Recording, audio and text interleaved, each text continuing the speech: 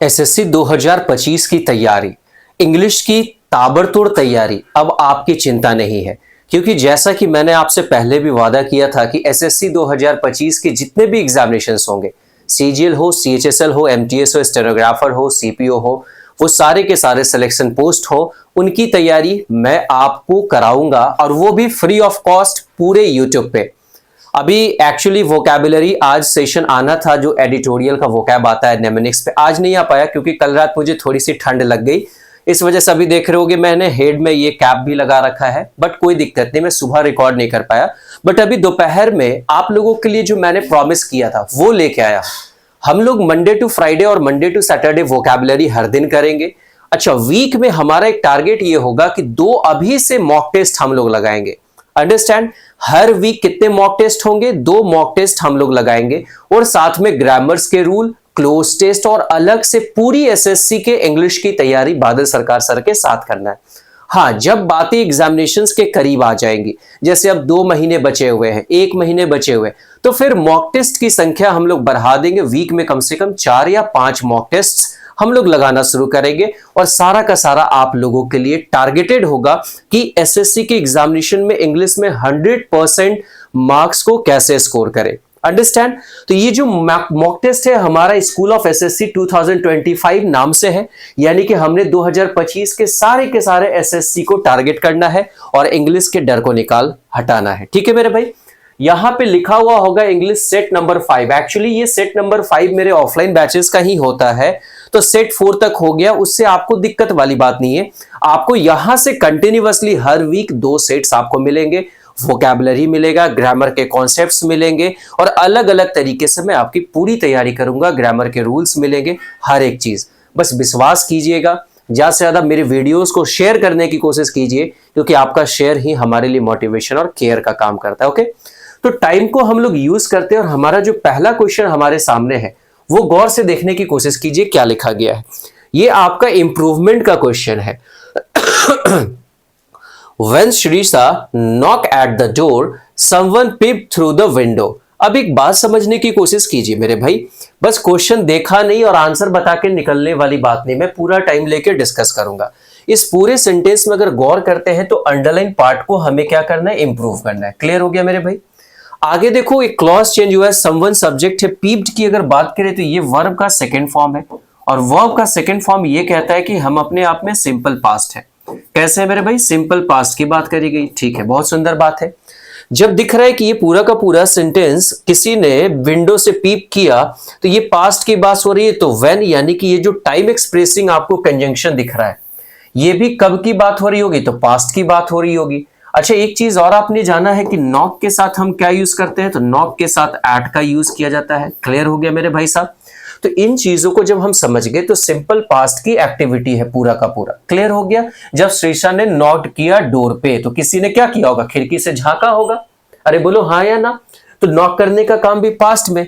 तो ऑप्शंस को देखते हैं, यहाँ पे नॉक्ड तो है बट प्रेपोजिशन गायब हो गया।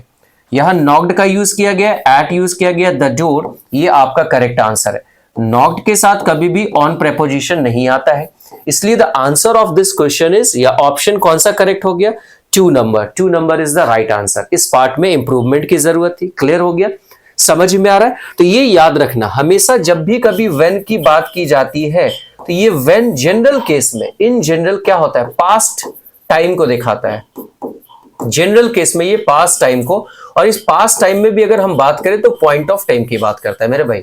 ये याद रखना, पॉइंट ऑफ टाइम की बात करेगा। क्लियर हो गया? तो ये चीजें आपको ध्यान रखना है। जैसे हम क्या लिखते हैं? When I was a child, when I was a child.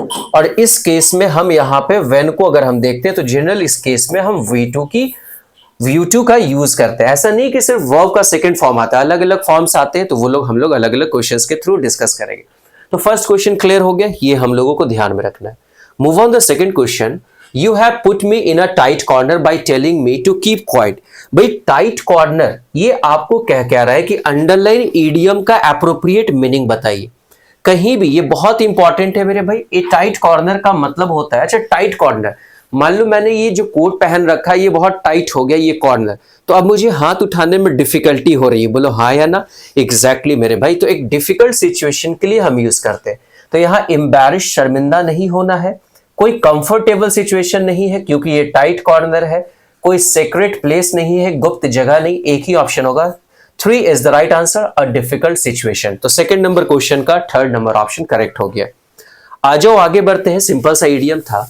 अब हमें ये देखना है कि select the most appropriate antonyms की बात करेगी। अब हमें ये बताना है कि यहाँ पे कौन सा ऑपोजिट होगा। अब ऑपोजिट बताना है भाई, तो जल्दी से आ जाओ, जरा सा एक सेकंड मैं क्या कर लूं, थोड़ा सा इसे बोल्ड कर लेता हूं। चलो आ जाओ। मैंने कहा रैंसैक, इस रैंसैक वर्ड को समझना होगा कि इस रैंसैक का मीनिंग क्या होता है। अब मेरे भाई ये जो रैंसैक आपके सामने दिख रहा है, इसके मीनिंग को मैं आपको दिखाता हूं। कहीं भी जब हम रैंसैक की बात करते हैं तो ये अपने आप में सबसे पहले इसका ग्रामेटिकल प्रोफाइल समझना, ये मेरे भाई वर्ब होता है। इसका मतलब क्या होता है कि जब हम किसी चीज को हम क्या करते हैं, लूटने का सेंस होता है, या फिर मेरे भाई किसी चीज को खोजना हो, क्या करना हो मेरे भाई, खोजने का सेंस हो, तो वहां पे हम रैंसैक का यूज करते हैं। क्लियर हो गया। अच्छा, इसके लिए सिनोनिम्स क्या यूज कर सकते हो, इसके लिए मैंने कहा सिनोनिम्स क्या यूज कर सकते हैं मेरे भाई। आप पहला लिख सकते हैं लूट का यूज कर सकते हैं। दूसरा, अगर इसके लिए हम यूज करने की कोशिश करें तो आप और क्या लिख सकते हैं, रैवेज का यूज कर सकते हैं, ये भी एक सिनोनिम्स होता है। तीसरा हमारे सामने यहाँ पे देखो पिल्फर, ये भी इसका सिनोनिम्स ही होता है। ठीक है, क्लियर हो गया मेरे भाई। और रेड की बात करें तो रेड भी अपने आप में है, यहां लिखा है तो मैं ठीक है लिख देता हूं, रेड भी अपने आप में सिनोनिम्स है। और क्या लिख सकते हैं मेरे भाई, आप किसी चीज को खोजते हैं तो सर्च की बात करते हैं, तो ये सारे के सारे सिनोनिम्स है। तो सीज का मतलब तो जब्त करना है, तो यहां ऑपोजिट खोजना है तो सीज भी नहीं होगा, रेड भी नहीं होगा भाई, यहां फोर्थ ऑप्शन भी गलत हो गया। तो एक ही ऑप्शन बचा और वो कौन सा ऑप्शन है, किसी चीज को आप प्रोटेक्ट करना है, खोजना नहीं है। तो 3 इज द राइट आंसर। आ जाओ आगे बढ़ते हैं, हमारे सामने नेक्स्ट भी ऑपोजिट ही है। एंटोनिम्स खोजना है, बहुत प्यारा सा और सिंपल सा वर्ड है मेरे में। मैंने कहा ये सेंटर, अगर ये सेंटर की बात करें तो सेंटर का मतलब क्या होता है, जो केंद्र की बात कर रहा है। तो यहां पे आप क्लियर तो ऑप्शन होगा नहीं, मेन स्ट्रीम तो होगा नहीं भाई साहब। डिफिनिट का मतलब निश्चित होता है। मेन स्ट्रीम का मतलब जब किसी चीज को मुख्य धारा में हम जोड़ते हैं तो वहां पे यूज करते हैं। तो एक ही ऑप्शन बचा। मुख्य धारा का मतलब क्या होता है, जब हम किसी चीज को ऑर्थोडॉक्स सिचुएशन से हटा के करेंट सिचुएशन में ला दे तो वो मेन स्ट्रीम। तो एक ही वर्ड है periphery is the right answer. Periphery का अगर आप हिंदी मीनिंग समझने की कोशिश करें तो ये क्या होता है, जो परिधि हम लिखते हैं ना, यानी कि बाहरी चीज। अब सेंटर तो बीच का हो गया और परिधि जो हो गया उसके ऑपोजिट में हो गया। तो इन चीजों का ध्यान रखना है। क्लियर हो गया है। बाकी सारी चीजें मेन स्ट्रीम के लिए आप क्या लिख सकते हो, जो मेन स्ट्रीम होता है उस मेन स्ट्रीम को आप लिख सकते हो जो चीजें यूजुअल है। क्या क्लियर हो गया भाई साहब, ये याद रखिएगा। इसके लिए आप बड़ा प्यारा सा वर्ड यूज रख सकते हैं, या फिर आप एक और प्यारा सा वर्ड लिख सकते हैं कन्वेंशनल। क्या लिख सकते हैं मेरे भाई, कन्वेंशनल का भी यूज कर सकते हैं। तो ये प्यारा सा चीज था, इसे ध्यान में रखना है हम लोगों को। ठीक है, डिफिनिट के लिए तो आप लोग यूज कर सकते हैं, सर्टेन का यूज कर सकते हैं, और क्या लिख सकते हैं मेरे भाई, फिक्स्ड का यूज कर सकते हैं। ये दो वर्ड हम लोगों को ध्यान रखना, सर्टेन और फिक्स्ड होता है। क्लियर तो जानते ही हो, जो चीजें ऑब्वियस होती है वो क्लियर होती है, अंडरस्टैंड। आ जाओ नेक्स्ट वर्ड पे। हमारे सामने अगला है फिल इन द ब्लैंक्स। लिखा है नाउ आफ्टर द कोविड-19 situation has dash Bangladesh has started air travel services for other countries including India. कोविड-19 के बाद के सिचुएशन में क्या हो चुका है। अच्छा, सिचुएशन क्या हो गया कि बांग्लादेश ने शुरू कर दिया एयर ट्रैवल सर्विसेज दूसरे कंट्रीज के लिए, इंडिया को भी इंक्लूड करते हुए। तो सिचुएशन क्या हुआ होगा, सिचुएशन खराब हो गया होगा या सिचुएशन अच्छा हुआ होगा। बिल्कुल मेरे भाई, कोविड-19 के बाद सिचुएशन अच्छा हुआ होगा। तो अब इस अच्छा होने के लिए हमें सारे यहाँ पे कौन कौन से ऑप्शन है इसे देखने की। भाई प्रोग्रेस तो यहाँ पे होगा नहीं। प्रोग्रेस का मतलब होता है जब हम किसी चीज में क्या करते हैं, विकास करते हैं। प्रोग्रेस का एक मीनिंग, हमारा हिंदी मीनिंग क्या होता है, किसी चीज में विकास करना। तो यहाँ सिचुएशन कोई विकसित करने की बात नहीं की जा रही है, विकास करने की बात नहीं की जा रही है। यानी कि यहाँ पे हम ये लिख सकते हैं डेवलप करने की बात नहीं की जा रही। ये ऑप्शन खत्म हो गया। एडवांस्ड का मतलब होता है किसी चीज को क्या कर देना, बढ़ा देना, इंप्रूव कर देना उसके क्वालिटी को मेरे भाई। तो ये प्रोग्रेस का सिनोनिम्स हो गया दोनों। इनरिच्ड का यूज नहीं करेंगे। इनरिच्ड का मीनिंग यहां देखो मेरे भाई, इनरिच्ड का मतलब होता है गुणवत्ता बढ़ाना किसी चीज की। मैंने कहा गुणवत्ता बढ़ाना। जब किसी चीज की हम गुणवत्ता बढ़ाते हैं तो वहां पे हम किस चीज का यूज करते हैं, इनरीच्ड का यूज करते हैं इस बात को। इसके लिए आप क्या यूज करते हैं, इनहेंस का भी यूज कर सकते हैं। ठीक है, इनहेंस किसी चीज की क्वालिटी को। तो ये सारे ऑप्शंस को मैंने मीनिंग के बेसिस पे आपको दिखाया कि कैसे गलत हो गया। अब एक ही चीज है कि सिचुएशन को क्या करना है, तो सिचुएशन में सुधार आया है, इंप्रूव हुआ है, तो जहां भी इंप्रूव होने की बात होती है, इसका मतलब आप हिंदी में क्या कह सकते हैं, किसी चीज में सुधार होना। किसी चीज में क्या होना मेरे भाई, सुधार होना, तो वो क्या हो जाएगा, इंप्रूव का हो जाएगा। इसका मतलब अब सिचुएशन क्या हो चुका है, बेटर हो चुका है। इस वजह से ऑप्शन नंबर 1 होगा। देखो भाई एक तरीका ये भी होता है पढ़ाने का। देखो भाई इंप्रूव होगा, समझ रहे हो, ये नहीं होगा, ये नहीं होगा, ये नहीं होगा, 5 सेकंड के अंदर क्वेश्चन बन गया। लेकिन क्वेश्चन बनाने के साथ साथ हमारा टारगेट ये होता है कि आपको कॉन्सेप्ट इस तरीके से समझाया जाए कि वो आपके माइंड में बैठ जाए। मेरे भाई आपको एसएससी का ऑफिसर बनना है, ना कि आपको सिर्फ सेट बनाना है। तो एसएससी के ऑफिसर बनने के लिए तो आपको डिटेल्स समझने होंगे अच्छे से। आ जाओ अगले क्वेश्चन पे। अगला क्वेश्चन हमारे सामने है, सिनोनिम्स की बात कर रहा है। सिमिलर वर्ड इवेंचुअली का क्या मतलब होता है, पहले इसे समझने की कोशिश करते हैं मेरे भाई। कहीं भी तुम्हारे सामने मेरे भाई अगर इवेंचुअली लिखा होता है, इसका मतलब होता है फाइनली। क्या मतलब होता है, फाइनली, जिसे आप हिंदी में कहते हैं अंततः। कहते हैं ना फाइनली ये काम हो गया, अंततः, तो ये इवेंचुअली हो गया। अब इवेंचुअली का मतलब फाइनली तो हो गया, तो यहां पे ऑप्शन फाइनली नहीं है, तो एक ही ऑप्शन बचा है, अल्टीमेटली ही इसका सिनोनिम्स होता है। इस बात को ध्यान रखिएगा जब हम बात करते हैं किस चीज की, इवेंचुअली की। अच्छा इसके लिए एक और वर्ड क्या लिख सकते हैं, अंततः है तो हम ऐसा लिख सकते हैं कि जो चीजें एट लास्ट होती होंगी वहां पे हम इवेंचुअली का यूज करेंगे। आंसर तो मिल गया। अब यहां देखो इस इनिशियली क्यों नहीं होगा, इनिशियली का मतलब आपको पता है कि जो चीजें क्या होती है, तो शुरुआत में होती है। शुरुआती दौर के लिए हम क्या लिख सकते हैं, शुरुआती। तो यहां पे ये ऑप्शन गलत हो गया मेरे भाई। प्राइमरली का ऑप्शन नहीं होगा। प्राइमरली का मतलब मुख्यतः, जो चीजें मुख्यतः है, ठीक है, जो चीजें बहुत ज्यादा पॉइंट, मतलब उस पर ज्यादा फोकस किया जाता है, मतलब इसको आप हिंदी में लिख सकते हो मेनली, मतलब इंग्लिश में, सॉरी हिंदी तो मैंने लिखा है, जो चीजें मेनली है वो क्या होगा, प्राइमरली होगा। और ओरिजिनली का मतलब तो तुम जानते ही हो क्या होता है, जो चीजें ओरिजिनल है उसी रूप में हम इसको कहेंगे, ओरिजिनली का यूज करेंगे। तो ये सारे के सारे ऑप्शन खत्म हो गए। अच्छा एक चीज और याद रखना, प्राइमरली और ओरिजिनली सिमिलर सिनोनिम्स की तरह भी यूज होते हैं। जो मीनिंग ओरिजिनली का होगा वही प्राइमरली का भी मीनिंग होता है। तो आंसर समझ में आ गया, कौन हो गया, ultimately is the right answer. बोलो समझ आ रहा है, बस इसी चीज को समझना है मेरे भाई अच्छे से। आज अगला सेंटेंस, अगला क्वेश्चन हमारा क्या है, वन वर्ड है, ए टैंक फॉर फिश और वाटर प्लांट्स। अच्छा ये तो बहुत सिंपल सा क्वेश्चन है, हर बार पूछा जाता है। एक वैसा टैंक जहां पे मछलियों को और क्या रखा जाता है, वाटर प्लांट्स को रखा जाता है। तो कौन सा ऑप्शन हो जाएगा भाई, तो सबको पता है कि 7 नंबर का आंसर एक्वेरियम हो जाएगा। अच्छा एक्वेरियम का स्पेलिंग भी टेस्ट में भी पूछा जाता है, इसे भी ख्याल रखना, एक्यू, एक्वारियम, एक्वेरियम, ठीक है। अच्छा चलो सारे ऑप्शंस को यहाँ पे एलिमिनेट करते हैं। पहला जो ऑप्शन लिखा हुआ है रिजर्वॉयर, इसका मतलब क्या होता है भाई, इसका मतलब होता है कि बहुत बड़ा जलाशय। मतलब अगर हम ऐसे लिख सकते हैं, ए लार्ज लेक की बात कर सकते हैं। बहुत बड़ा जो जलाशय होगा उसके लिए हम इसका बहुत प्यारा सा यूज करेंगे, जहां पानी रखा जाता है। एवियरी मैंने बता रखा है मेरे भाई, एवियरी का मतलब क्या होता है, इन चीजों को हम लोगों को समझना होगा। यहाँ पे ये बर्ड्स के केज के लिए रखा जाता है, यानी कि बर्ड्स यहाँ रखे जाते हैं, चिड़ियों को रखा जाता है, बर्ड्स को रखा जाता है भाई सब, उसके लिए आप यूज करेंगे। अच्छा एक क्वेश्चन और पूछा जाता है, एपियरी, आपको याद होगा, एपियरी होगा वैसा जगह जहां बीज को रखा जाता है, मधुमक्खियों को रखा जाता है, बीज को कैप्ट किया जाता है, वो होता है मेरे भाई एपियरी। तो सारे के सारे वर्ड्स जब समझ में आ गया तो क्लियर हो गया। अच्छा म्यूजियम का भी मीनिंग जान जाओ, हिंदी में तो आप जानते हो बहुत अच्छे तरीके से, जो संग्रहालय होता है, संग्रहालय, ठीक है भाई, ये हो गया म्यूजियम, जहां चीजों को क्या किया जाता है, एंटिक और हिस्टोरिकल चीजों को रखा जाता है। हिस्टोरिकल, हिस्टोरिकल, हिस्टोरिकल मैंने एक हिंट दिया कि यहाँ पे जो चीजें हैं हिस्टोरिकल, साइंटिफिक, आर्टिस्टिक चीजों को रखा जाता है। क्लियर हो गया सारा क्वेश्चन, चीर फाड़ कर दिया मैंने। तो इन चीजों का हम लोगों को ध्यान रखना है। चलो आ जाओ आगे बढ़ते हैं, एक सेकंड, नेक्स्ट क्वेश्चन पे हम लोग आते हैं मेरे भाई। चलो नेक्स्ट क्वेश्चन हमारे सामने है, an image of a God use for worship. एक भाई एक ऐसा इमेज गॉड का जिसको हम लोग यूज करते हैं पूजा करने के लिए। अब हमारे सामने 4 ऑप्शन है मेरे भाई, उन चारों ऑप्शंस को समझने की कोशिश कीजिए।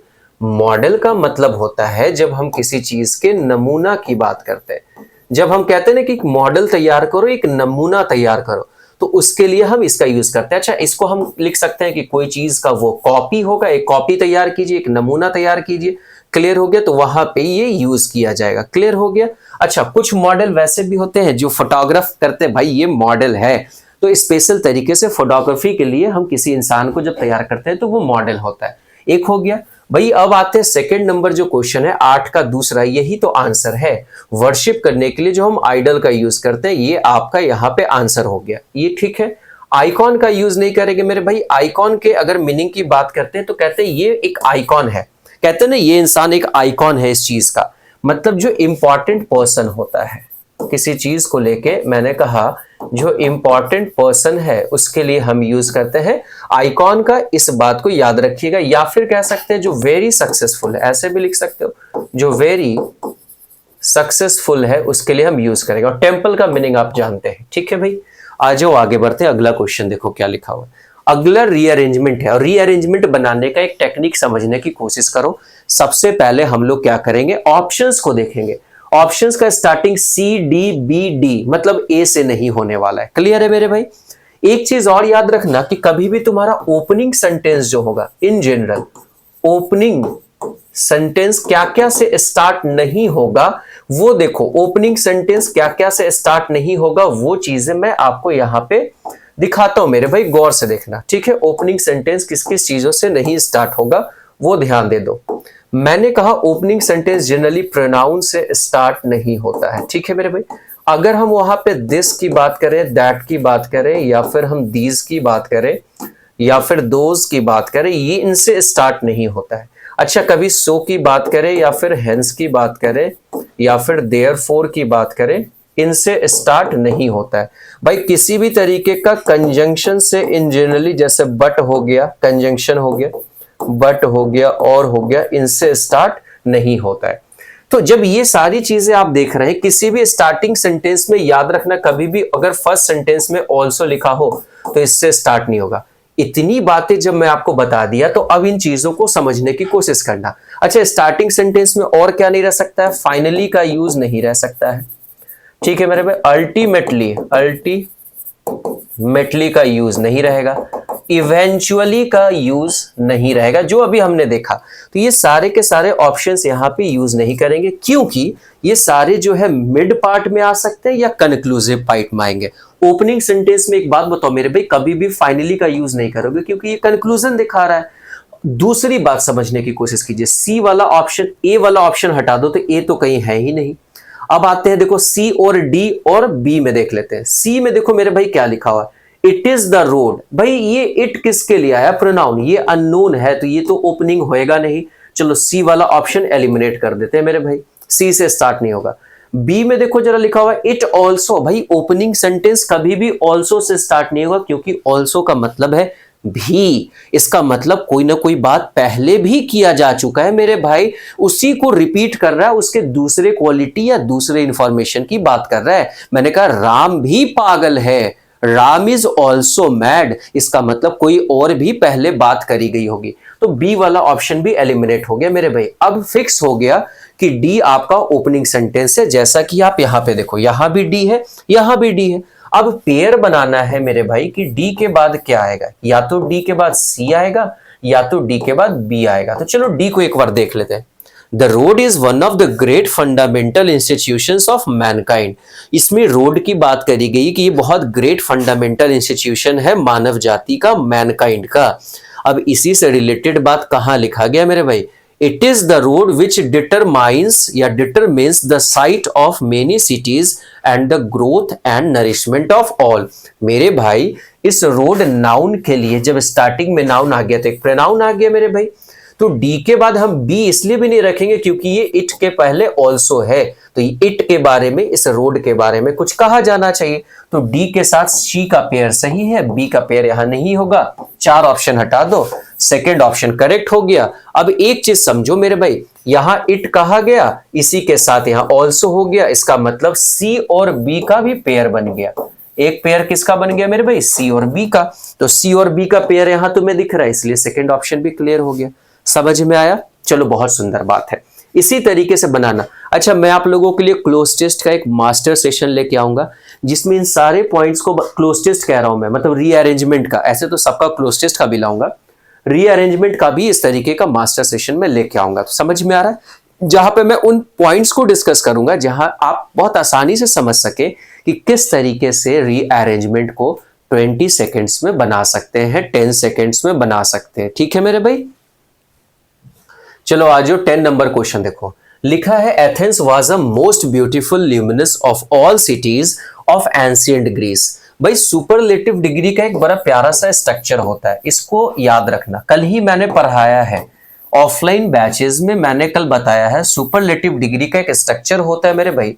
सब्जेक्ट होगा प्लस वर्ब होगा, उसके बाद जैसे मान लो लिखा हुआ एथेंस वाज, अब यहां पे आता है मेरे भाई द, उसके बाद बात आता है सुपरलेटिव डिग्री। उस सुपरलेटिव डिग्री के बाद या तो यहां पे हम यूज करते हैं of plus all plus plural noun, clear है, या फिर इसके जगह पे अगर इस पूरे पार्ट को हटा के आप यहां पे प्लूरल नाउन का भी यूज कर सकते हैं, दोनों का यूज कर सकते हैं। ठीक है मेरे भाई, तो ये बात याद रखना है कि सुपरलेटिव डिग्री जहां भी दिख रहा है वहां पे आप क्या यूज करेंगे, द का यूज करेंगे। तो ऐसे कंडीशन में Athens was a most luminous नहीं होगा, यहां पे एक ही जगह पे आपको लिखना होगा the most luminous of all cities of ancient Greece. Clear हो गया मेरे भाई, कोई दिक्कत नहीं है। तो सुपरलेटिव के साथ द लगाएंगे कॉमन तरीके से, तो इस पार्ट में एरर हो गया। तो आ जाओ यहाँ फोर्थ पार्ट में आपका एरर हो गया। क्लियर हो गया कॉन्सेप्ट। आइए आगे बढ़ते हैं, हमारे सामने नेक्स्ट क्वेश्चन है। लिखा गया है नेक्स्ट क्वेश्चन में हमें क्या करना है, पैसिव वॉइस बनाना है मेरे भाई साहब। They catch whale sharks commercially in some places around the world. भाई किसी भी एक्टिव पैसिव का एक कॉमन सा चीज याद रखना, सब्जेक्ट होता है, वर्ब होता है, ऑब्जेक्ट होता है, फुल स्टॉप। पैसिव वॉइस का एक कॉमन स्ट्रक्चर ये होता है कि इस ऑब्जेक्ट को हम कर देते हैं पैसिव सब्जेक्ट बना देते हैं, इस वर्ब को मेरे भाई पैसिव वर्ब बना देते हैं, यहां हम प्रेपोजिशन देते हैं और प्रेपोजिशन के बाद इसी सब्जेक्ट को हम यहां रखते हैं एजेंट के तौर पे कि ये यहां पे काम कर रहा है। अब जब ये चीजें तुम्हें समझ में आ गई तो आओ जाओ इसे बनाने की कोशिश करते हैं। तो सबसे पहले तुम्हारा सब्जेक्ट दे, वर्ब कैच और ऑब्जेक्ट है व्हेल शार्क्स। तो भाई मिनिमम चीज तो ये है, सब्जेक्ट है, ये वर्ब है और ये तुम्हारा ऑब्जेक्ट है। इस ऑब्जेक्ट को पैसिव सब्जेक्ट बना लो। तो देखो whale sharks, whale sharks, whale sharks, whale sharks. ठीक है भाई, अब यहां देखो भाई एक्टिव वॉइस में लिखा है दे कैच, V1 का यूज किया गया। तो पैसिव वॉइस में मेरे भाई V1 को जब हम कन्वर्ट करते हैं या सिंपल प्रेजेंट टेंस को कन्वर्ट करते हैं तो किस तरीके से, याद रखना जब आपके सामने यहां पे सिंपल प्रेजेंट रहे, क्या रहे मेरे भाई, सिंपल प्रेजेंट रहे। अच्छा सिंपल प्रेजेंट कैसे पहचानते हो, वर्ब का फर्स्ट फॉर्म होगा या वर्ब का सिंगुलर फॉर्म होगा या डू या डज के साथ क्या रहेगा मेरे भाई, वर्ब का फर्स्ट फॉर्म। तो इसको जब हम पैसिव, ये एक्टिव स्ट्रक्चर हुआ, पैसिव में हम इसे कन्वर्ट करते हैं मेरे भाई is, am, are plus verb का थर्ड फॉर्म। अब मेरे भाई यहां पे ऑप्शंस को एलिमिनेट करो, वर नहीं होगा, पास्ट हो गया, यहां आईएनजी बीइंग नहीं आएगा मेरे भाई, हैव बीन नहीं आएगा, एक ही ऑप्शन बचा आर, क्योंकि व्हेल शार्क्स है, प्लूरल सब्जेक्ट है और यहां पे V3 का यूज किया गया है। Fourth is the right answer. इस चीज को बार बार रिविजन करना। आ जाओ अगले क्वेश्चन पे आते हैं। 12 नंबर में लिखा है a cartoon film is being watched by Parveen. भाई साहब एक बात बताओ, इसे एक्टिव वॉइस में कन्वर्ट करना है, ये पैसिव वॉइस में। अब एक चीज समझो, यहां पे लिखा है is being watched by Parveen, तो परवीन तुम्हारा सब्जेक्ट होगा। बीइंग का मतलब होता है, इज बीइंग का मतलब प्रेजेंट कॉन्टिन्यूअस। मेरे भाई एक्टिव वॉइस में अगर ऐसा कुछ रहे, इज रहे, एम रहे, आर रहे और उसके बाद वर्ब का आईएनजी फॉर्म रहे, एकदम ध्यान से समझना मेरे भाई। तो पैसिव वॉइस में इसे कन्वर्ट कैसे करते हैं भाई, इज, एम, आर और उसके बाद हम लगाते हैं बीइंग और उसके बाद मेन वर्ब का पार्टिसिपल फॉर्म थर्ड फॉर्म। तो यही तो दिख रहा है, इज बीइंग वॉच्ड। तो भाई ऐसा स्ट्रक्चर खोज लो और ऐसा स्ट्रक्चर में क्या होगा, प्रवीण हैड नहीं होगा, प्रवीण वुड नहीं होगा, प्रवीण इज वॉच्ड, तो ये तो पैसिव हो गया। Praveen is watching a cartoon film, a cartoon film is being watched by Praveen, so fourth is the right answer. समझ में आ गया कॉन्सेप्ट, बहुत याद रखिएगा, चीजों को आराम से समझते चलिए मेरे भाई। आ जाओ इनडायरेक्ट स्पीच है।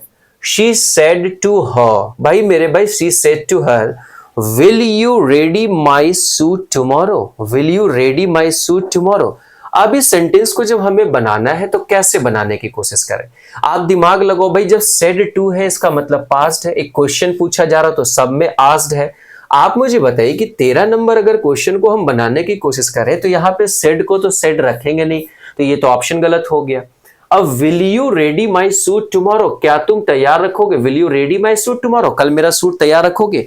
तो अब एक चीज समझने की कोशिश करिए, पास्ट में पूछा गया है, विल की बात करी गई है, तो क्या यूज करें मेरे भाई, WH वर्ड तो नहीं है भाई। जब भी क्वेश्चंस पूछा जाता है तो ये याद रखना कि इनडायरेक्ट इंटेरोगेटिव, इनडायरेक्ट इंटेरोगेटिव जब रहता है तो इनडायरेक्ट इंटेरोगेटिव का एक बड़ा प्यारा सा स्ट्रक्चर याद रखिएगा, सब्जेक्ट रहता है, उसके बाद आस्क्ड रहता है, ठीक है मेरे भाई, ये मिनिमम स्ट्रक्चर है। आस्क्ड के बाद जरूरत के हिसाब से यहाँ पे ऑब्जेक्ट रह भी सकता है, नहीं भी रह सकता, और इसके बाद आता है इफ, इसके बाद आता है क्वेश्चन पूछा जा रहा है मेरे भाई। तो इन चीजों का ख्याल रखना, यहाँ पे इफ का यूज रहेगा या फिर वेदर का यूज रहेगा, या फिर इसके जगह पे अगर जरूरत है जैसा दिया हो तो WH वर्ड रहता है, और इसके बाद सब्जेक्ट प्लस वर्ब का कॉम्बिनेशन आता है, ठीक है मेरे भाई। तो जब ऐसा कंडीशन है तो इसमें ऑप्शंस को देखिए, 13 नंबर में मैंने इनडायरेक्ट स्पीच बताया, इन चीजों का ख्याल रखना है। तो भाई एक बात समझो, she asked her, she asked her, she asked her, तीनों में ठीक है। एक बात याद रखना, इनडायरेक्ट स्पीच में यहां कभी भी इफ या वेदर के पास अगर आप दैट का यूज कर दें या एज टू का यूज कर दें तो ये पूरी तरीके से गलत हो जाएगा, ऐसा मत करना, क्योंकि भाई कंजंक्शन के रूप में कभी भी इनडायरेक्ट इंटेरोगेटिव में दैट या एज टू का यूज नहीं करते, इसे गलत माना जाता है। तो दैट वाला ऑप्शन भी यहां से एलिमिनेट हो गया।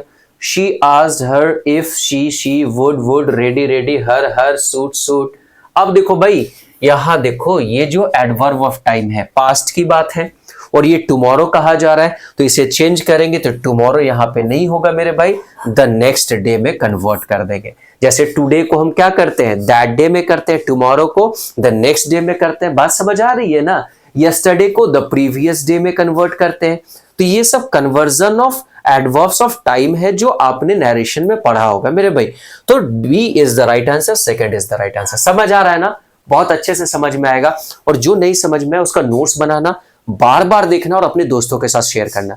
मैं बता रहा हूं ये पूरा का पूरा मॉक सेशन आपके लिए बहुत फ्रूटफुल होने वाला है, इस बात की ख्याल रखना, क्योंकि अभी से हर दिन मॉक कराना 2025 के CGL और अलग एग्जामिनेशंस के लिए सुटेबल नहीं है। वीक में 2 मॉक्स होंगे जिससे आपकी तैयारी बहुत अच्छी होगी। पूरे महीने का 8 मॉक्स 4 महीने में हम लोग कर लेंगे लगभग 32 मॉक्स, और लास्ट में हम लोग लगातार 1 महीने मॉक्स करेंगे, ठीक है। तो अगर आपने 50 मॉक्स कर रखे तो बहुत अच्छी तैयारी है आपकी, ठीक है। और साथ में वोकैब मैं करा ही रहा हूं, नेमेनिक्स में करा हूं, हिंदू एडिटोरियल के करंट वोकैबुलरी करा रहा हूं, क्या नहीं करा रहा हूं भाई। तो मैं आपके लिए लगातार मेहनत कर रहा हूं, ठीक है। यहां तक की बात है, चलो आ जाओ आगे बढ़ते हैं। 14 नंबर क्वेश्चन देखो, लिखा we ordered a pizza which are. मेरे भाई एक प्यारा सा कॉन्सेप्ट समझने की कोशिश करना। जब किसी सेंटेंस की बात करते हैं और सेंटेंस में अगर कोई रिलेटिव प्रोनाउन के जस्ट बाद अगर वर्ब आया हो, ये रिलेटिव प्रोनाउन का कॉन्सेप्ट होता है। अच्छा, रिलेटिव प्रोनाउन कौन कौन सा आ सकता है मेरे भाई, रिलेटिव प्रोनाउन हु आ सकता है, रिलेटिव प्रोनाउन विच आ सकता है, रिलेटिव प्रोनाउन दैट आ सकता है। इसमें से कोई भी अगर आपके सामने दिख रहा हो तो ऐसे कंडीशन में इसके बाद जो ये वर्ब होता है इसका डिसीजन इसका एंटीसीडेंट लेगा। यहां जो भाई साहब नाउन या प्रोनाउन होते हैं जिसे एक बड़ा प्यारा नाम दिया जाता है मेरे भाई, एंटीसीडेंट। इसी एंटीसीडेंट को रिप्रेजेंट करता है आगे पूरा ये रिलेटिव क्लॉज। इस वजह से ये एकदम प्यारा सा कॉन्सेप्ट है, SSC क्वेश्चंस पूछेगा ही पूछेगा। तो मेरे भाई यहाँ पे वी ऑर्डर्ड पिज्जा, अब आगे इस विच वाले क्लॉज में जिसे हमने रिलेटिव प्रोनाउन और यहाँ पूरा का पूरा ये रिलेटिव क्लॉज कहा गया। क्या कहा गया मेरे भाई, रिलेटिव क्लॉज। तो इस पूरे रिलेटिव क्लॉज में पिज्जा की बात की जा रही है। मेरे बहुत सारे फेवरेट फूड्स में से कौन है, पिज्जा भी एक है। तो पिज्जा तो एक ही है, वी ऑर्डर्ड अ पिज्जा। अब एक पिज्जा भाई साहब ये एंटीसीडेंट है और एंटीसीडेंट आपका सिंगुलर है, समझ रहे हो मेरी बात को। तो रिलेटिव प्रोनाउन के जस्ट बाद जो वर्ब आया दैट शुड बी सिंगुलर। तो मेरे भाई यहाँ पे प्रेजेंट में इज का यूज कर दीजिए। तो किस पार्ट में एरर हो गया मेरे भाई, फर्स्ट पार्ट में। क्लियर हो गया, समझ रहे हो इस कॉन्सेप्ट को, बहुत इंपॉर्टेंट है, ध्यान रखना। चलो आगे आ जाओ, लिखा है we thought there was a good idea to wear snow boots before we stepped out. भाई हमने सोचा, बहुत अच्छा है, सोचना भी चाहिए, पास्ट में है। अब भाई जब कोई आइडिया या ओपिनियन की बात करी जाती है तो वहां पे कभी भी इंट्रोडक्टरी के रूप में देयर का यूज नहीं करते। देयर का यूज तब करते हैं जब हमें किसी पर्सन को या किसी चीज को इंट्रोड्यूस करना होता है, जैसे there was a king, there was a man, there were children. बस समझ में आ रहा है? जब आइडिया और ओपिनियन की बात करते हैं तो हम इट का यूज करते हैं, इस बात को याद रखिएगा। तो we thought it was a good idea, ये एक अच्छा आइडिया था, क्या पहनना, स्नो बूट्स पहनना बाहर निकलने के पहले। तो भैया बिफोर ठीक है, यहाँ पे स्टेप्ड आउट, सारे के सारे आइडिया पास्ट टेंस में, पैरेलल कंस्ट्रक्शन चल रहा है तो कोई दिक्कत नहीं। तो इस पार्ट में प्रोनाउन का एरर हो गया मेरे भाई, तो देयर वाला ऑप्शन 4th नंबर को टिक कर लीजिए। क्लियर हो गया? आगे आ जाओ। हमारे सामने इनकरेक्टली वर्ड पूछा जा रहा है मेरे भाई, 16 नंबर में क्या होना चाहिए? तो 16 नंबर में मुझे जल्दी से बताइए कि select the incorrectly spelled word. भैया डिसीव, DECIV, ये ठीक है, मतलब ये आपका आंसर नहीं है।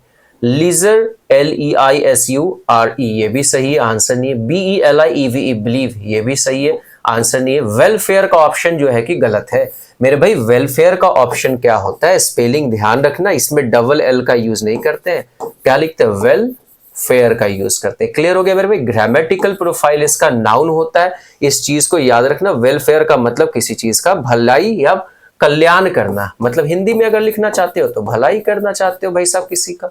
अच्छा, डिसीव का मतलब कोई बता सकता है? अगर हम कहें डिसीव का मतलब, तो डिसीव का मतलब होता है किसी को मिसलीड करना। मिसलीड करने का मतलब होता है धोखा की बात होती है मेरे भाई, धोखा देना, ये पता रखना, बहुत इंपॉर्टेंट वर्ड है। क्लियर है? अच्छा, लीजर का मतलब, लेजर का मतलब क्या होता है, जो आपका क्या होता है, लेजर के लिए आप क्या सकते हैं, ऐसे लिख सकते हैं, जो आपका फ्री टाइम होता है स्कूल्स वगैरह में, कॉलेजेस में या फिर आपके कोचिंग्स में मिलता है। और बिलीव का मतलब तो तुम जानते ही हो, विश्वास होता है। फ्री टाइम, खाली समय, लेजर पीरियड होता था हम लोग के स्कूल में। चलो आ जाओ भाई, सिनोनिम्स आज का ट्रेंडी क्या है, पुष्पा झुकेगा नहीं। चलो आ जाओ भाई, तो ट्रेंडी का हमें खोजना है सिमिलर वर्ड। अच्छा, ट्रेंडी का मतलब क्या होता है? ट्रेंडी का मतलब जो पॉपुलर है, जो फैशनेबल है। तो आंसर तो मिल गया भाई, जो पॉपुलर है। अच्छा, ट्रेंडी के लिए और क्या वर्ड लिख सकते हैं? जो फैशनेबल, जो अभी चल रहा है। ठीक है मेरे भाई, इस चीज को हम लोग ध्यान में रखेंगे। इसके लिए आप फैशनेबल का भी यूज कर सकते हैं, या फिर इसके जगह पे आप मॉडर्न का भी यूज कर सकते हैं। क्लियर हो गया? ये दोनों वर्ड हम लोगों को ध्यान में रखना, और पॉपुलर आंसर हो गया। कॉमन का मतलब साधारण, फॉरेन का मतलब क्या होता है, जो विदेशी होता है, ये भी ऑप्शन नहीं। फैमिलियर का मतलब जिससे आपका जान पहचान है, इसके लिए आप क्या लिख सकते हैं, फैमिलियर है मतलब चीजें वेल नोन है। क्लियर हो गया मेरे भाई साहब? ठीक है, कोई दिक्कत नहीं है। चलो बहुत बढ़िया, आ जाओ अगले क्वेश्चन पे। 18 नंबर क्वेश्चन लिखा हुआ, none of the boys was willing to admit that he was in the wrong. None of the boys was, ठीक है। अच्छा, ING है भाई, विलिंग, उसके बाद मेन वर्ब के बाद क्या है, 2 + V1, to admit that he was in the wrong, मतलब वो गलत था या गलती में था। तो इस सेंटेंस में कहीं कुछ करने की जरूरत नहीं है। विलिंग टू के साथ ऑप्शन एलिमिनेट करो, ING नहीं आएगा भाई। अच्छा, विलिंग है तो फिर रेडी क्यों करेंगे? यहाँ पे किसी चीज को विलिंग करने का मतलब उस चीज को मानने की बात की गई है, इच्छा की बात की गई, समझ रहे हो मेरे भाई? तो यहाँ पे none of the boys was ready to, अब फिर 2 + ING यहाँ पे नहीं होगा। अच्छा, वॉज के साथ V1 नहीं आता है, तो ऑप्शन में कोई इंप्रूवमेंट की जरूरत नहीं है, नो सब्स्टिट्यूशन रिक्वायर्ड। आ जाओ भाई, आगे देखो लिखा हुआ है निप इन द बर्ड। भाई बहुत प्यारा सा इडियम है, बार बार आपके एग्जामिनेशंस में पूछा गया, रिपीटेड है। निप इन द बर्ड का मतलब क्या होता है कि जब कोई सिर उठाते किसी को अगर कुचल दे रहे हैं, तो उस केस में हम निप इन द बर्ड का यूज करते हैं। बात समझ में आ रहा है? इस चीज को याद रखना। तो यहाँ पे कट द बर्ड्स नहीं होगा, डिस्ट्रॉय लेट नहीं, नॉट टू डिस्ट्रॉय नहीं, एक ही ऑप्शन होता है, टू डिस्ट्रॉय अर्ली, स्टार्टिंग में ही किसी चीज को खत्म कर देने के लिए हम निप इन द बर्ड का यूज करते हैं। 20 नंबर क्वेश्चन लिखो, लिखा है you are welcome to partake this light refreshment. भैया एक बात याद रखना, यू आर वेलकम तो ठीक है, टू पार्टेक। अच्छा, फॉर पार्टेकिंग का यूज नहीं करेंगे मेरे भाई, इन पार्टेकन क्यों यूज करेंगे? पार्टेकन करने की जरूरत नहीं, एक ही ऑप्शन बचता है, टू पार्टेक ऑफ। अब इसे आप बोलोगे कैसे हुआ, देखो मैं समझाता हूं मेरे भाई। जब 20 नंबर क्वेश्चन हमारे सामने है, तो ये याद रखने की कोशिश करना, जहां कहीं भी पार्टेक का यूज करते हैं, तो पार्टेक का मतलब क्या होता है कि किसी भी चीज को अगर हम लिख रहे हैं टू ईट और ड्रिंक समथिंग, जब किसी चीज को खाते हैं तो उस चीज में या फिर पीते हैं, तो हम क्या यूज करते हैं, पार्टेक का यूज करते हैं। यहां तक क्लियर हो गया? अब जब ये चीज समझ में आ रहा है, तो पार्टेक के साथ प्रेपोजिशन ऑफ का यूज किया जाता है जनरली, इस चीज को याद रखना। तो you are welcome to partake of this light refreshment. ये कॉन्सेप्ट याद रखेंगे, बहुत इंपॉर्टेंट है यहाँ पे। क्लियर हो गया मेरे भाई? तो ये आंसर हो गया। किसी को कोई दिक्कत नहीं, बहुत बार एसएससी ने पूछा है खाने पीने के सेंस में। क्लियर हो गया? चलो आ जाओ। अब हमारे सामने क्या है भाई? कॉम्प्रीहेंशन है। लिखा क्या गया है? इस कॉम्प्रीहेंशन को बनाने का तरीका क्या होता है कि सबसे पहले आप ऑप्शंस को देखें और क्लोज टेस्ट को रीड कर ले। ठीक है, कॉम्प्रीहेंशन ही है एक तरीके का, बस बीच से वर्ड को क्या कर दिया? गायब कर दिया है। ऑप्शंस में देखिए कि आप वर्ब भी है, यहाँ पे कुछ आपके प्रोनाउंस या कंजंक्शंस दिख रहे हैं, मेनली इसी तरीके का है। ठीक है भाई, वोकैब का बहुत ज्यादा यूज इसमें नहीं दिया गया है। आओ देखते हैं, चीजों को समझते हैं। लिखा हुआ है there is always something so fascinating about trains and journeys. कह ये रहा है कि हमेशा कुछ ना कुछ क्या होता है, बहुत ज्यादा मतलब आकर्षक होता है ट्रेन्स के बारे में जान के, जर्नी के बारे में, लॉन्ग जर्नी। बचपन में ट्रेन पे चढ़ना कितना मजेदार लगता था मेरे भाई। पूरे लोग हैं, पूरा फैमिली डांस वांस कर रहे हैं, मजे से घर से पूरी भुजिया बना के ले जा रहे हैं, खा रहे हैं। ठीक है, उसी कहानी में देखो आगे क्या लिखा हुआ है। देयर डैश, एक कॉन्सेप्ट समझना, यहाँ इस दिख रहा है, इसका मतलब चीजें अभी प्रेजेंट की बात हो रही है। क्लियर हो गया मेरे भाई? मैंने लिखा there dash were to are had been will be. There, अच्छे कॉन्सेप्ट क्या कहता है आपको पता है ना? एक कॉन्सेप्ट मैंने पढ़ाया है, आप लोगों को बताया है कि देयर के बाद जब भी वर्ब आता है, इस वर्ब का डिसीजन इसके बाद जो यहाँ पे जो सब्जेक्ट है इसी के अकॉर्डिंग यूज किया जाता है। क्लियर हो गया? तो आओ आगे देखते हैं यहाँ पे लिखा क्या गया। देयर के बाद लिखा गया certain symbols and signage inside and outside of the train. भाई यहाँ पे सर्टेन सिंबल्स, इसका मतलब है कि बहुत सारे प्लूरल चीज यूज किए गए हैं। अब प्लूरल चीज यूज किए गए और प्रेजेंट की बात है, तो प्रेजेंट में भाई वर नहीं आएगा, हैड नहीं आएगा, विल तो फ्यूचर की बात है, तो एक ही ऑप्शन बचा आर। जैसे वहां देयर इज ऑलवेज समथिंग है, तो देयर आर सर्टेन सिंबल्स। आज बात समझ में आ रहा है ना? तो यहाँ पे क्या हो चुका था? सब्जेक्ट प्लूरल, तो प्लूरल वर्ब चाहिए, और दूसरा प्रेजेंट है, तो भाई पास्ट को हटा दो। अब आगे देखो क्या लिखा हो। बहुत सारे साइन और सिंबल्स देखते हैं ट्रेन के अंदर, ट्रेन के बाहर मिलता है ना। अब वॉशरूम में जाओगे तो बहुत सारा सिंबल्स लगा रहता है, फ्लश का सिंबल रहता है। अब देखो लिखा है the dash of the most of them might not be known to everyone. अब भाई इसमें क्या करना है? इन्हीं सिंबल्स की बात किया जा रहा है, तो 22 नंबर में हमारे हिसाब से आंसर क्या होना चाहिए? अच्छा, सिंबल का सेंस होता है, चार्ज होता है, कोई कीमत होता है, या मीनिंग होता है? तो मेरे भाई हर सिंबल का, हर इमेज का क्या होता है? मीनिंग होता है। बोलो हाँ या ना? जैसे मान लीजिए इस तरीके से कोई सिंबल बना हुआ है मेरे भाई, ये आपका मोबाइल फोन है। ठीक है, ये टावर है मेरे भाई, ये मोबाइल फोन है, और एक सिंबल बना है इस तरीके। इसका मतलब क्या होता है कि यहाँ पे मोबाइल फोन यूज नहीं करना है, इसका मीनिंग आप निकालते हैं। तो भाई यहाँ पे सेंस ऑप्शन गलत हो जाएगा, किसी चीज को सेंस नहीं, यहाँ चार्ज नहीं, वर्थ नहीं, तो एक ही ऑप्शन बचा, कौन सा मेरे भाई? मीनिंग का यूज करेंगे। क्योंकि सेंस का मतलब क्या होता है? सेंस का मतलब हम यहाँ पे सोचने समझने की तो बात नहीं कर रहे हैं ना, तो सोचने समझने की कोई बात नहीं है, तो ये ऑप्शन यहाँ पे एलिमिनेट हो जाएगा, पूरी तरीके से गलत हो जाएगा भाई साहब। वर्थ का मतलब तो मूल्य हो जाता है, किसी चीज की कीमत हो जाती है मेरे भाई, और चार्ज का मतलब तो आप जानते ही हैं, तो एक ही ऑप्शन बचा meanings. The meanings of most of them might not be known to everyone. कह रहा ये रहा है उनमें से अधिकांश का मीनिंग बहुत लोगों को पता नहीं होता है। अब आगे देखो क्या लिखा हुआ है। उसके बाद लिखा हुआ dash you are a frequent traveller, और भाई देखो यहाँ पे और का यूज किया गया, और कॉम्बिनेशन किसका होता है? भाई आपको ये चीजें समझनी होगी। तो वॉट एवर का कॉम्बिनेशन नहीं, हाउ एवर का नहीं, विच एवर का नहीं, एक ही बचता वेदर और। जब हम ऑप्शंस की बात करते हैं, या चाहे या, whether you are a frequent traveller or not, या तो आप फ्रीक्वेंट ट्रैवलर है या फिर कभी कभी ट्रैवल करते हैं। तो ये बड़ा प्यारा सा को रिलेटिव कंजंक्शन का था, वेदर और का यूज किया जाता है। बात समझ में आ रहा है? जैसे आपने पढ़ा था ना, ऑल्दो के साथ हम कॉमा यूज करते हैं, ये नॉट ओनली बट ऑल्सो, इधर और, नीदर नॉर, याद आ रहा है? उसी तरीके से आप वेदर और का यूज करेंगे। ठीक है, आगे देखो you may have dash the letter. अच्छा, कहीं ना कहीं ऐसा जरूर हुआ होगा कि आपको ये जो क्रॉस का लेटर है, मतलब एक्स और a cross mark on the back of the last dash of the train, भाई ये क्या किया होगा, आप उससे क्या हुए होंगे। 24 नंबर अगर हम बनाने की कोशिश करते हैं तो आपने इस लेटर एक्स को या क्रॉस मार्क को क्या किया, डिस्टिंग्विश किया, रिकॉग्नाइज किया, नोन किया। अच्छा नोन तो आप जानते नहीं है, रिकॉग्नाइज का मतलब होता है किसी चीज को पहचान लिया, मतलब इन चीजों को मैंने पहचाना। तो भाई उस सिंबल को पहचानना थोड़ी होता है। अब दो चीजें समझो, एक ऑप्शन है डिस्टिंग्विश्ड और एक ऑप्शन है नोटिस्ड। आपके हिसाब से क्या होना चाहिए। डिस्टिंग्विश का मतलब होता है जब किसी चीज में हम अंतर करते हैं, तो यहां अंतर नहीं करना। तो आप जब भी ट्रेन वगैरह में जाते हैं तो सिंबल्स को यहाँ पे क्या किया जा रहा है, आप उसे क्या करते हैं, कहीं ना कहीं नोटिस करते हैं कि ये है। इसका मतलब एक ही ऑप्शन है यहाँ पे, आपने उसे क्या किया, you may have notice the letter, मतलब उस लेटर को आपने नोटिस किया, मतलब देखा, या फिर उससे आप सजग हुए। तो यहां पे सही मीनिंग के हिसाब से नोटिस्ड आ जाएगा। और क्या कह रहा है, the back of the last dash of the train. तो भैया ट्रेन के लास्ट में, तो ट्रेन का लास्ट बूथ होता है, बस होता है, रेल होता है या कोच होता है। बिल्कुल मेरे भाई, ट्रेन का लास्ट में यहाँ पे कोच का यूज किया जाता है, बाकी सारे ऑप्शंस नहीं होते। सो कैसा लगा सेशन। पूरे 25 क्वेश्चंस को मैंने पूरा टाइम लेके मन से डिटेल करके जितना हो सकता है आप लोगों के लिए मेहनत कर रहा हूं।